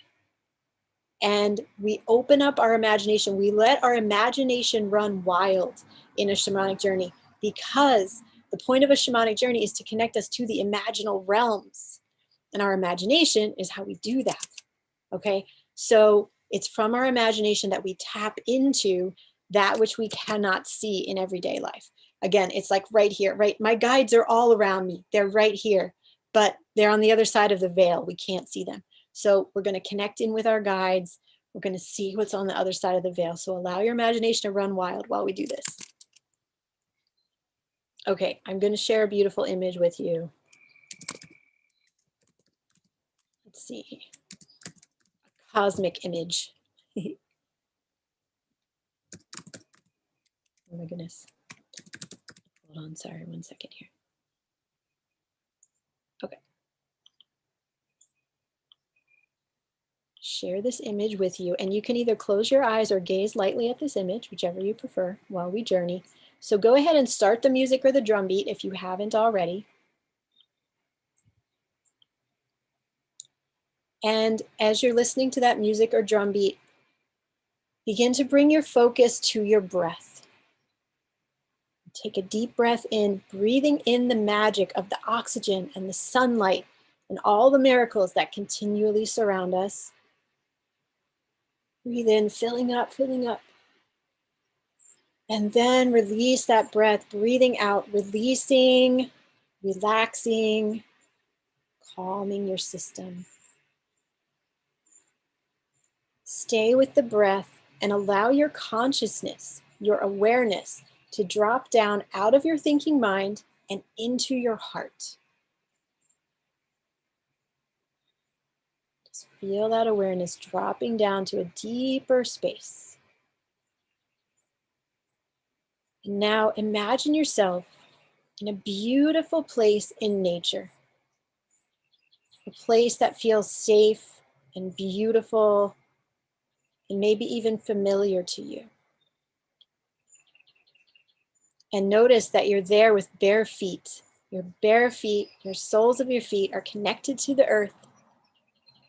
And go ahead and raise your hands up to the sky. And with the palms of your hands up to the cosmos, the soles of your feet down to the earth, know that you are receiving from the earth absolute, pure, unconditional love rising into you through the soles of your feet, rising up through your entire body. And from the palms of your hands, you are receiving the vast and infinite wisdom of the cosmos from above. Allow this infinite wisdom from the cosmos to come down through the palms of your hands, down through your arms, and throughout your entire body.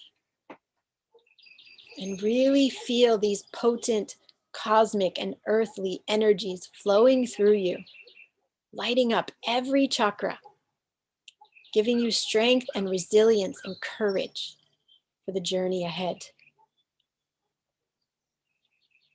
Now call to your side a guide and deeply trust whoever shows up.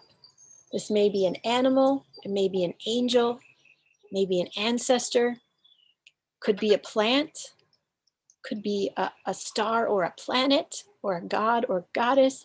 Just really trust whoever shows up, whoever first enters into your awareness, they are here to protect and support you on this journey. You can thank them for coming, give them a hug if you wish. And as you stand there, connecting to heaven and earth with your guide by your side, you suddenly see opening up before your eyes a vast portal. A portal that is shimmering and shining and spinning with stars and galaxies and with possibilities that you never knew existed before. Allow your guide to take your hand, and together, both of you leap into the portal. And you realize now that you are swimming or flying in the vast cosmic ocean. There is no longer any above or below. And as you fly along, you begin to see the thinnest, most gossamer, golden threads of interconnection all around you. And it is revealed to you now how everything is interconnected. You can see that everything in creation is part of a much larger divine plan. And all of us as beings, whether human or tree or star or planet or earthworm or eagle, are linked together by these beautiful golden threads of relatedness and mutual reciprocity. We are all so connected. And you feel your heart fill up now as you fully integrate this complete oneness with all that is. Just stay with this oneness, swim or fly amidst it for a while.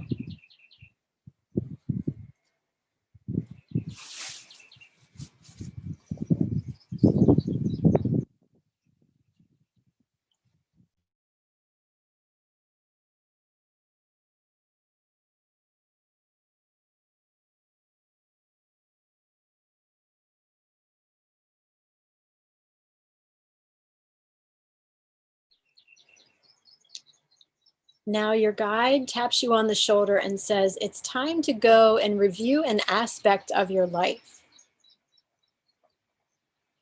So allow your guide to take you and lead you to a part of the cosmos where you'll be shown a place in your life where there is a rift, there's a tear, there is discord between your logic and your intuition.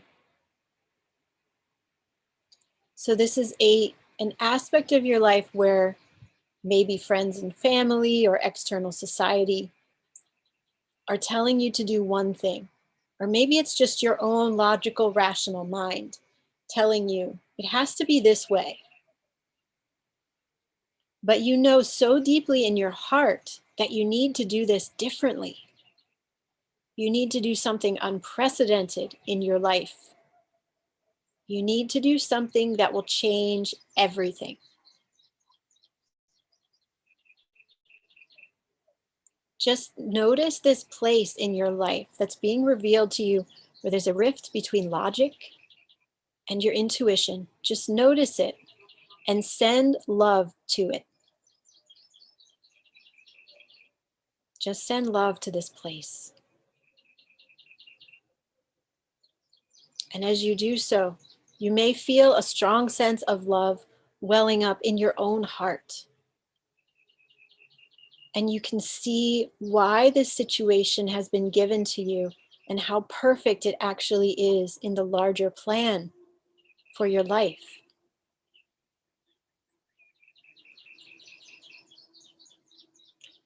And suddenly you have an insight come through and you know exactly now what you need to do, how you can find the right balance. Turn to your guide now and share your insights. Tell your guide about your insights that are coming through around this.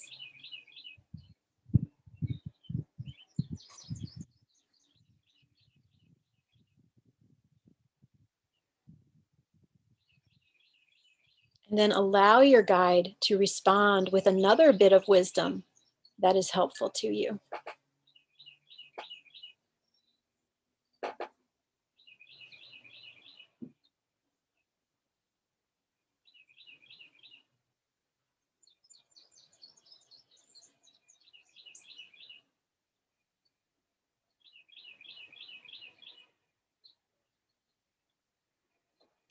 Next, your guide says that they're going to take you to see some of the events of your past lives. So allow this to play out before you, almost like you're watching a movie on a screen, as you are shown events and scenes from a few of your past lives. And just try to notice, where on the earth did these events occur? What happened there? I'll give you a couple of minutes to take it all in.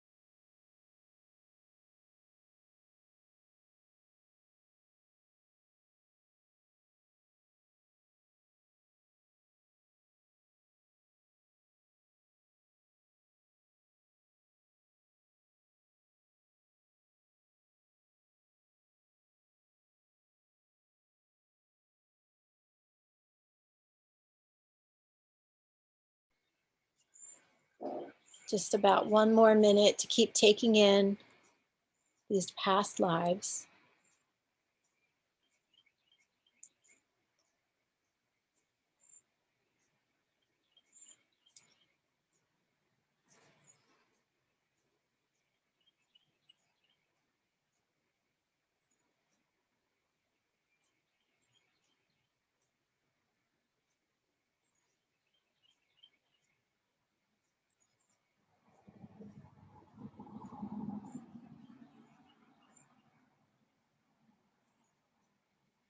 And now your guide is going to take you to view your current lifetime. And they're going to take you to see the big picture view of this lifetime that you're in right now, including how your current life was impacted by the events of those previous lives. And from this vantage point, as you're swimming in this great cosmic ocean, getting the big picture view, it is suddenly revealed to you that pieces of your identity that you've been holding on to in this lifetime, or that were perhaps given to you very early on when you were a child, are actually not true at all. Or maybe they were true at one time, but they're just not serving you anymore. So notice the pieces of your identity that you're ready to release.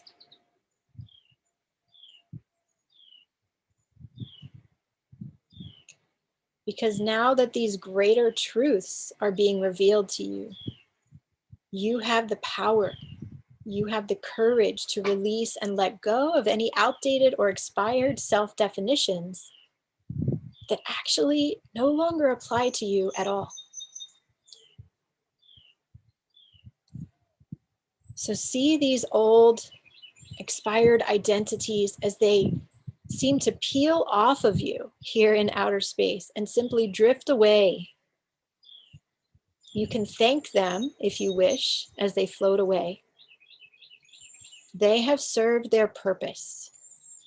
And now you're being birthed into a completely new understanding of who you truly are.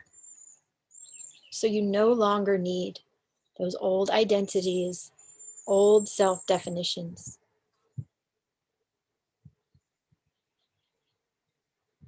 And you notice that once these old identities have drifted away, you feel suddenly very light and free. You feel like you could do anything, be anyone. And this is true. So turn to your guide once again and allow them to say a statement that will add even more wisdom and new perspective to this experience that you're having. Just listen in, hear what your guide wants to say.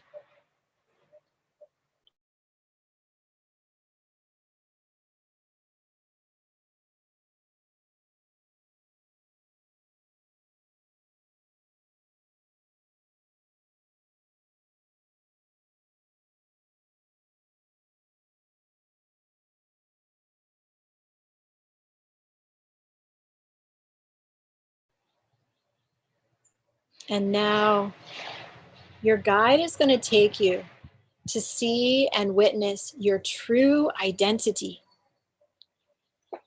across many lifetimes, across all time and space and dimensions.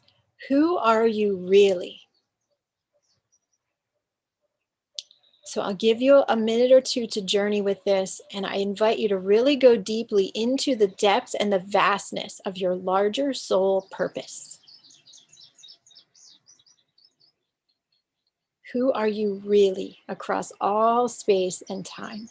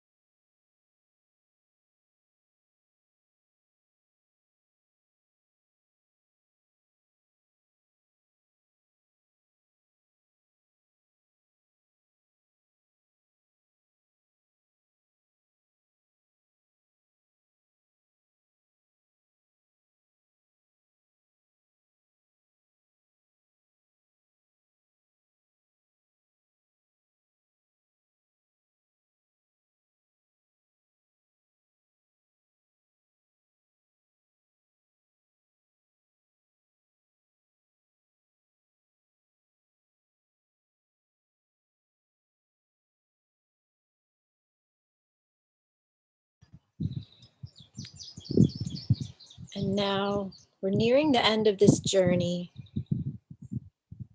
So really take a moment to integrate all that you've received, all that you've seen here today about your past lives, and then just now about your true identity, the vastness of your larger soul purpose across lifetimes. And now allow your guide to show you how all of this, everything you've seen, filters down to what is currently happening in your current life. Allow this bigger soul picture to illuminate the challenges you're facing right now and why they're important and why it does need to be this way. How this is all helping you evolve toward your much larger, vaster purpose. And if you feel a lot of emotions upon seeing this, allow them to flow. You can cry, scream, dance, whatever you need to do. If you want to stand up and move right now, it's a great time to just let this really move through your body in a powerful way. Or let it move through you in a quiet way, if that's what you need. Really pay attention to how this wants to move through and be expressed.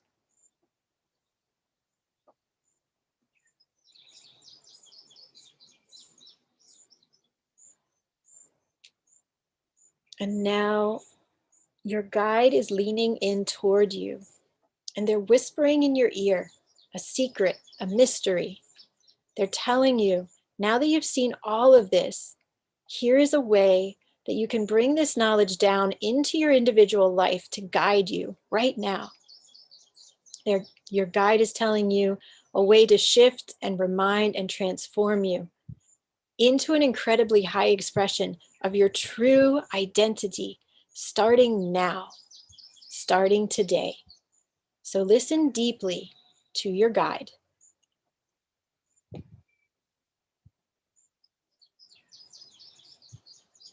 And if it feels right, if it resonates for you, if you feel the courage within, say yes to this guidance.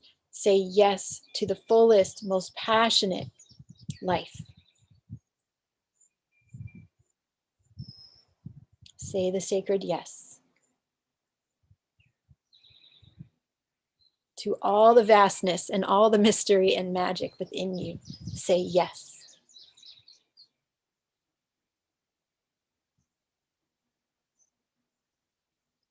And now it's time to come back.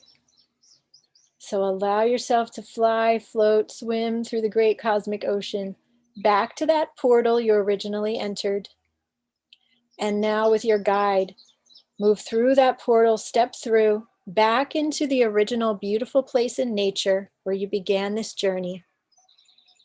And allow yourself to be once again barefoot on the ground, palms of the hands up to the sky, receiving those beautiful cosmic and earthly energies.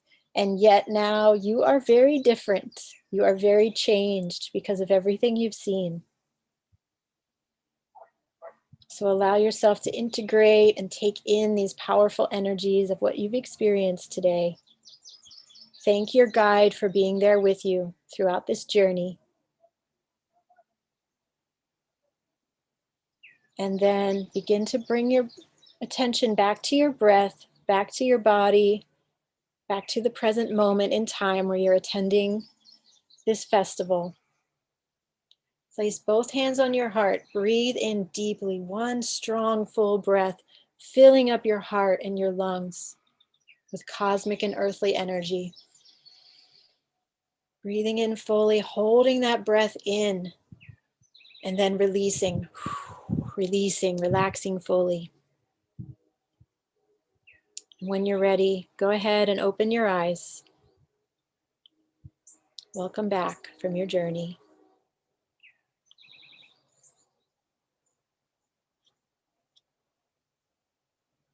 Okay, welcome back, everybody. Thank you for journeying so courageously today. I would love to hear in the chat how your experience was if you'd like to share. I also do recommend writing down what happened on that journey for you. Writing it down as soon as possible, any important notes or messages or wisdom that came through. These journeys happen so deeply in the dream time. And so just like dreams, we can quickly forget it. So I really do welcome you to write it down. And our next guest, Kathy Forrest, I think she's already on. Let me see here. We're going to move over to her presentation very soon. Yes, so Kathy, I'll bring you over in just a minute. Don't worry about any other Zoom links. I'll bring you right over. But before we move into Kathy's presentation, I would love to just hear your shares here. Al says, the silence was golden. I love that. Angela says, I saw and heard nothing. If it were that simple, could have asked.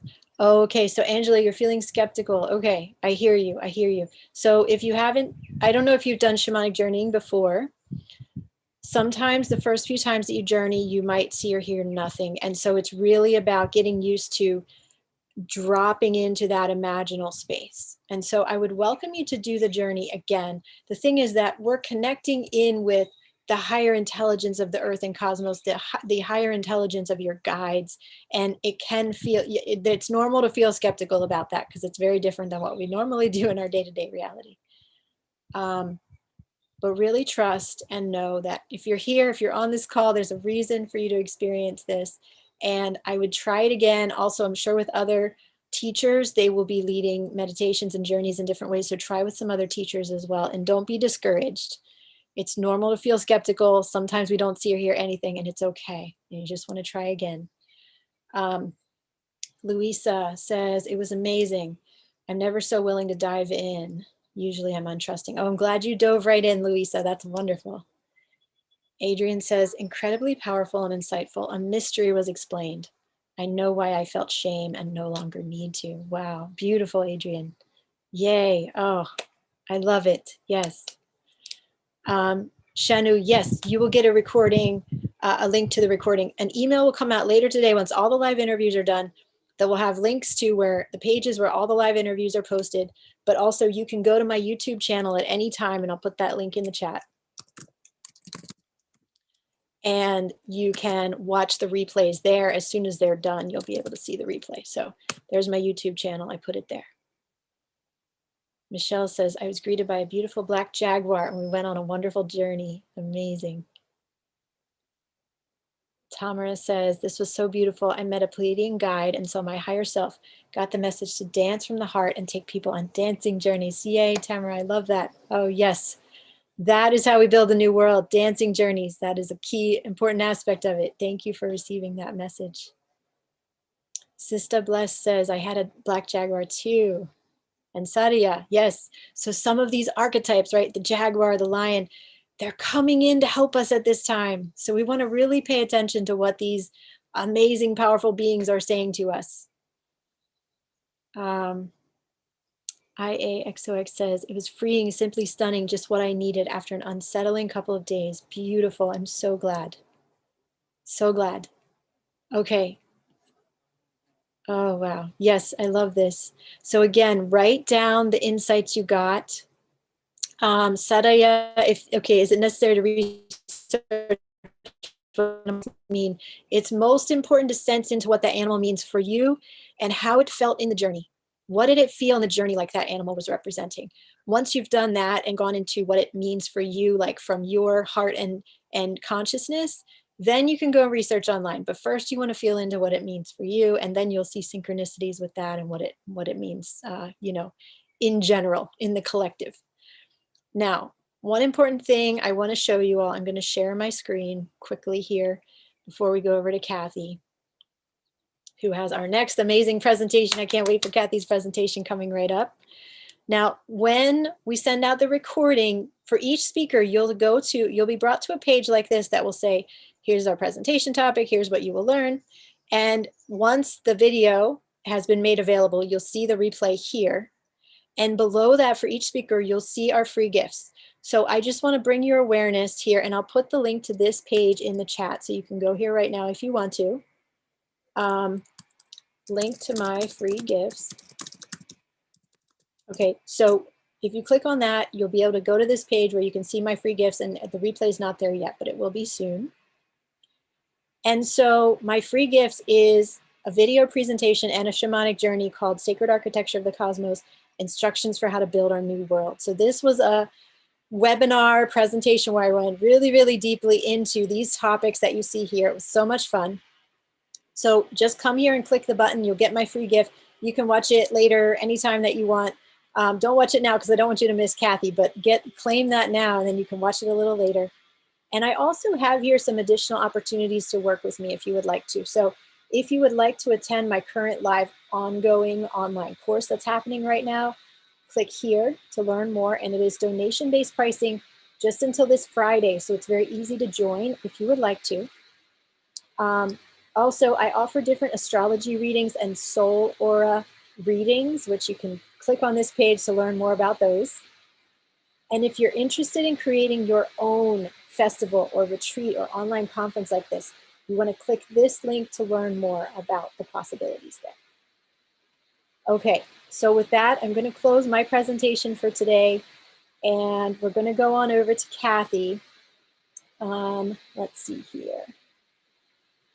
And I just want to thank you all for being here live, for attending the Aquarian Wisdom Festival. We are having so much fun here. We're going to have so much more fun all throughout this week. So thank you, blessings, mwah, lots of love. Don't leave though, stay on. Now, if you're on YouTube, I'm going to end the YouTube live and start a new one, if I can, if it will let me. And so